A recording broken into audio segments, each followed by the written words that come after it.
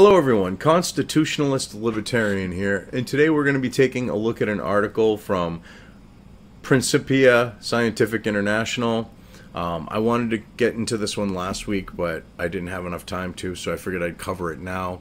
It was published on July 6th and written by Michael Bastash. I just love how the whole climate change, man-made bullshit is falling apart.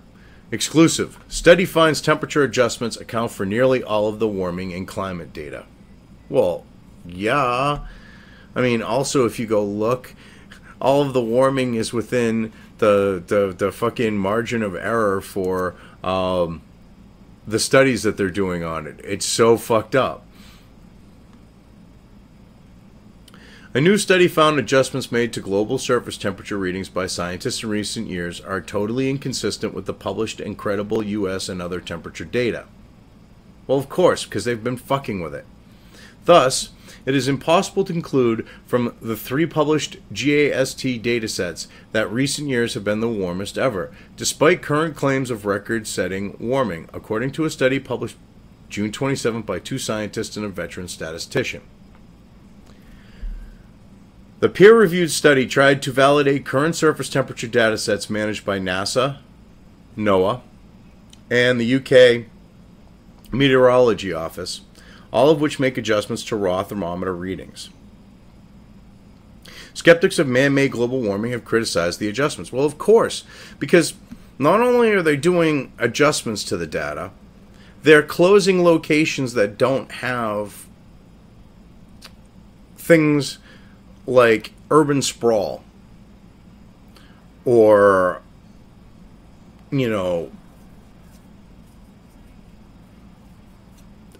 like things that are going to affect the climate, like, like we say with urban sprawl or, say, like a dense city or an airport. See, they're favoring this data over locations that they had that were in the middle of nowhere or had very little of an effect happening from man's intervention or society or, civilization, we'll say. So they close those, then they sit there and they use data that's already been contaminated because it's got other things like, the reflection of the storage and reflection of heat from pavement. The radiating, I should say, of it. I apologize. But yeah, the storage and radiating of heat from pavement. All right. That can definitely skew at night a city's temperature. If you were to say take the same city, not have the pavement and the buildings and all that, where things that store the heat, that area would be cooler in most cases. It's a fact.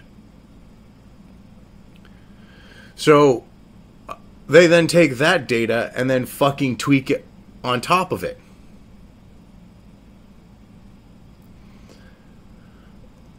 So, of course there's going to be, criticism about that. Climate scientists often apply adjustments to surface temperatures thermometers to account for quote-unquote biases in the data. So yeah, what they do is they jack up the temperature on something that's already been jacked up because of urban conditions, while they're closing down locations in the middle of nowhere that aren't going to see man's intervention on the temperature. So yeah, of course they're accounting for their own biases. Yeah. The new study doesn't question the adjustments themselves, but notes nearly all of them increase the warming trend. Well, exactly what I just said. They're taking from areas that record in places where man has an impact on the ambient temperature because of, say, urban sprawl. All right, because if you have one of those, like, cities like down south, like New Orleans or Dallas, where you have that urban sprawl, suburban shit going on, that raises that temperature around in that whole area quite a bit. So, yeah, I mean, you have that going on. And then top that off by adding more to it. Sleazy fucks, aren't they? Basically, cyclical pattern in the earlier reported data has very nearly been adjusted out of temperature readings taken from weather stations, buoys, ships, and other sources. So, the cyclical pattern of climate, its natural ebb and flow, they removed. They're climate scientists, and they take a fact of climate and remove it from the record. That should show you how credible these fuckwits are. In fact, almost all of the surface temperature warming adjustments, cool past temperatures, and warm more current records. Oh, man, I gotta read this. In fact, almost all of the surface temperature warming adjustments, cool past temperatures, and warm more current records, increasing the warming trend according to study's authors. That's a really bad fucking fragmented sentence. Wow.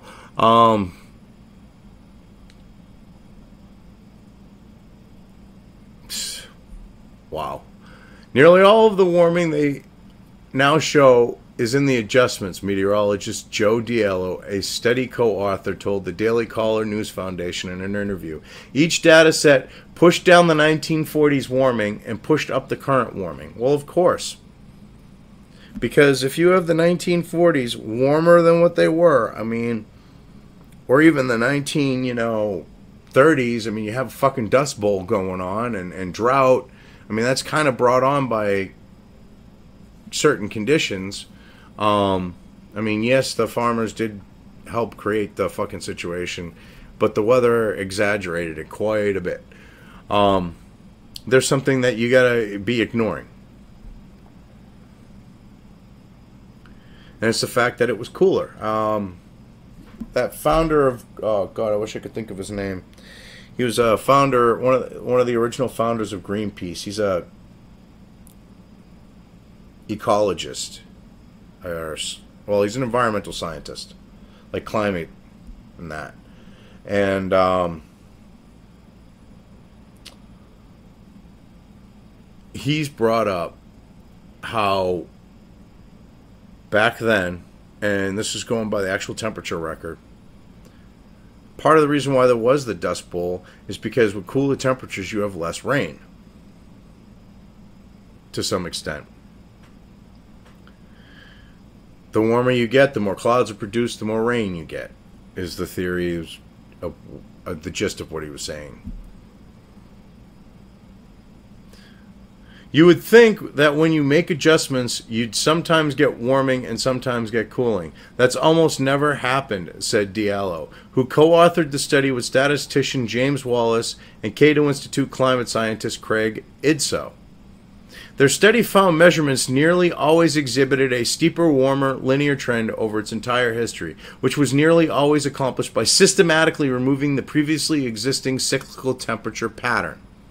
Well, of course, because El Nino, the reason why El Nino happens on the cycle that it does is because climate is cyclical. So the pattern causes it to happen, it then goes away, so on, and it comes back. It's ebb and fucking flow. But they got rid of that. So somehow, without their, without their showing it being cyclical, El Nino comes back on almost a clockwork fucking schedule. Good job, guys. How do you explain that one? The conclusive findings of this research are that the 3 global average surface temperature data sets are not a valid representation of reality. Of course they're not. In fact, the magnitude of their historical data adjustments that remove their cyclical temperature patterns is totally inconsistent with published and credible U.S. and other temperature data. Well, of course, because they're cooking the fucking books. Based on these results, the study's authors claim the science underpinning the Environmental Protection Agency's authority to regulate greenhouse gases is invalidated. Well, of course it is. I'm hoping, with who's running the EPA, they'll fucking see that and be like, yep, we're done. The new study will be included in petitions by conservative groups to the EPA to reconsider the 2009 endangerment finding, which gave the agency its legal authority to regulate carbon dioxide and other greenhouse gases. During Obama's tenure, the man who helped set up the Chicago Carbon Exchange and stands to make billions off of it because he owns a stake in it along with Al Gore and the survivors of Maurice Strong. Yeah. So, Sam Cosman, an attorney with the Competitive Enterprise Institute, said the study added an important new piece of evidence to this debate over whether to reopen the endangerment finding. CEI petitioned EPA to reopen the endangerment finding in February. I think it adds a very strong new element to it, Cosman told the DCNF. It's enough reason to open things formally and open public comment on the changes we make. Since President Trump ordered EPA Administrator Scott Pruitt to review the Clean Power Plan, there's been speculation the administration would reopen the endangerment finding to new scrutiny. The Obama-era document used 3 lines of evidence to claim such emissions from vehicles endanger both the public health and the public welfare current and future generations. Diallo and Wallace filed a petition with the EPA on behalf of the group, the Concerned Household Electricity Consumers Council.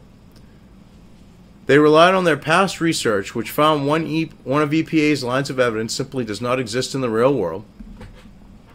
Their 2016 study failed to find that the steadily rising atmospheric CO2 concentrations have a statistically significant impact on any of the 13 critically important temperature time series data analyzed.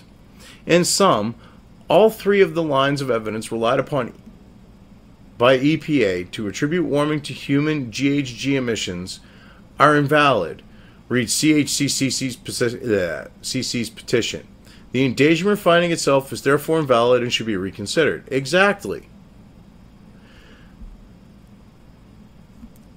Right now, we're at a point where their house of cards that they've built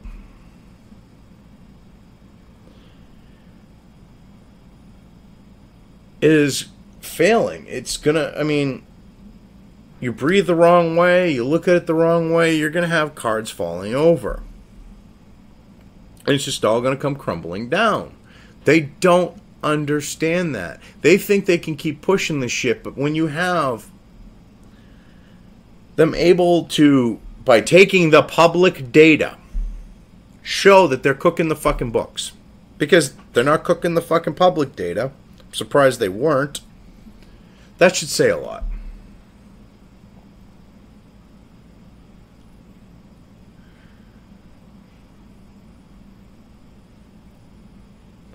Pruitt's largely been silent on whether or not he would reopen the endangerment finding, but the administrator did say he was spearheading a red team exercise to tackle climate science.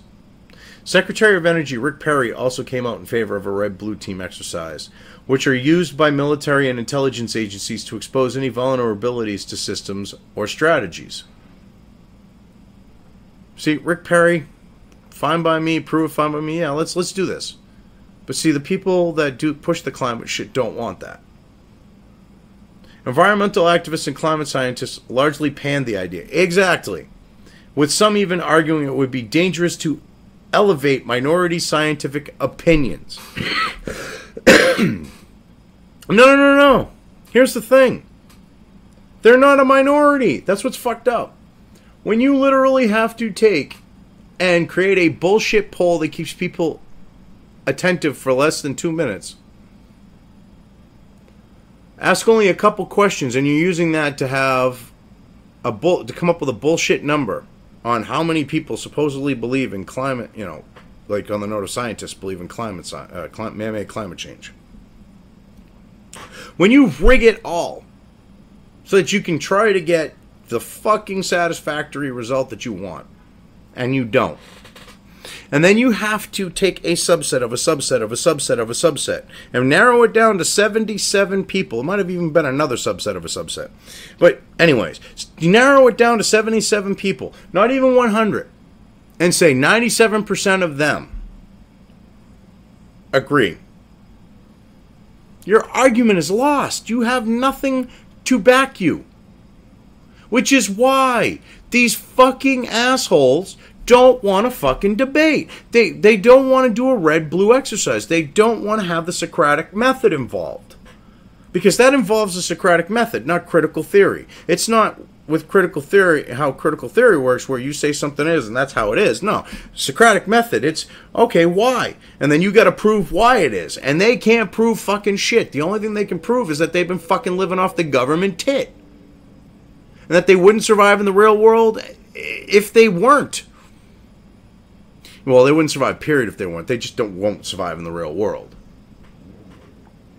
Such calls for special teams of investigators are not about honest scientific debate, wrote a climate scientist, Ben Santer, and Kerry Emanuel, wrote climate scientist Ben Santer and Kerry Emanuel, and historian and activist Naomi Orsak. Well, as someone who has a degree in history, bitch,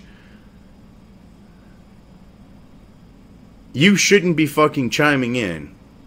Unless you're, you know, one of those ones that doesn't believe in the medieval warming period or the Little Ice Age, which kind of led to the witch trials in England because things were cool, the grain got ergot, and sort of caused the people to trip their balls off and think that women and girls were being witches.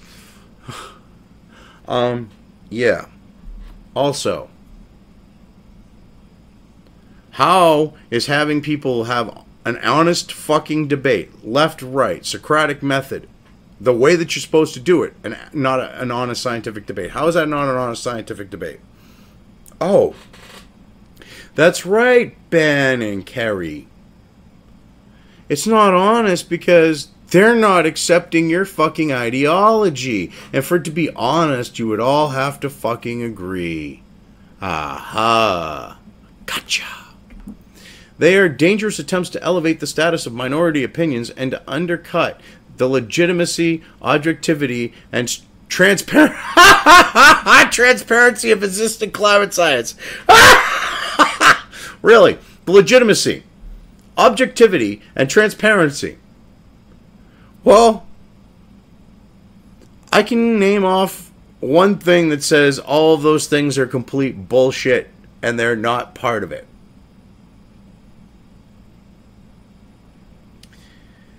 Ever hear of ClimateGate? Oh, that's right. You stupid fucks try to ignore ClimateGate, where there was actual proof that they were colluding and cooking the books, and we need to rig this data because it's not showing what we were claiming. So, yeah.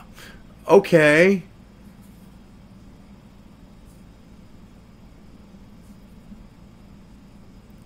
But what would you expect for... Where else would you expect this to be printed? Except the Washington shitpost and an op-ed. So, to have a debate, because if they're minority opinions, you shouldn't fear them. And to have a debate and to get them out there and to expose them for the bullshit that you're trying to claim they are, wouldn't you want to do that in the light of day instead of having them sit there quietly festering?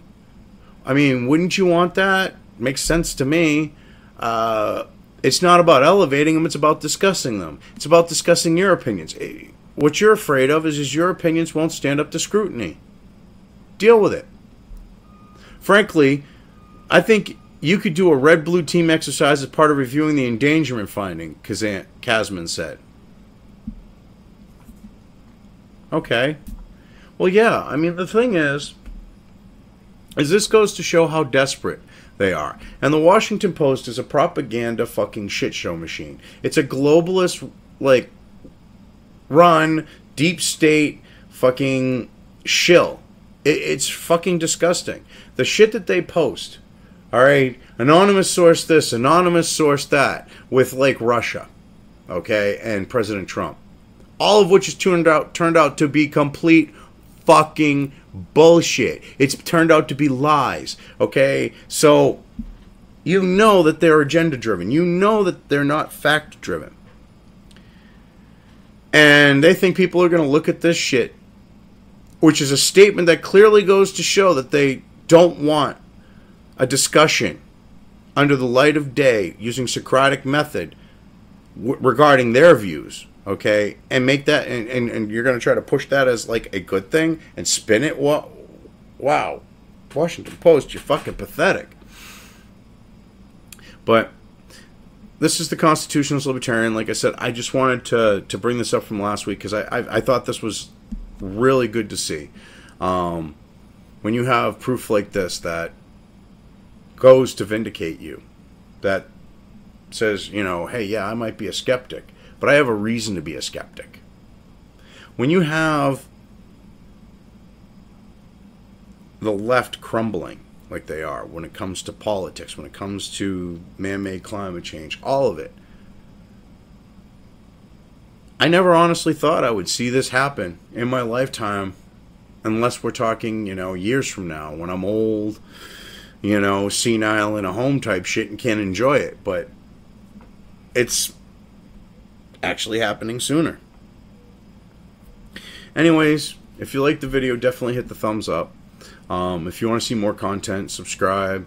Don't forget to hit the bell notifications for the bell for notifications if you want to be kept up to date on my latest content. Thank you all for watching. You all have a good one.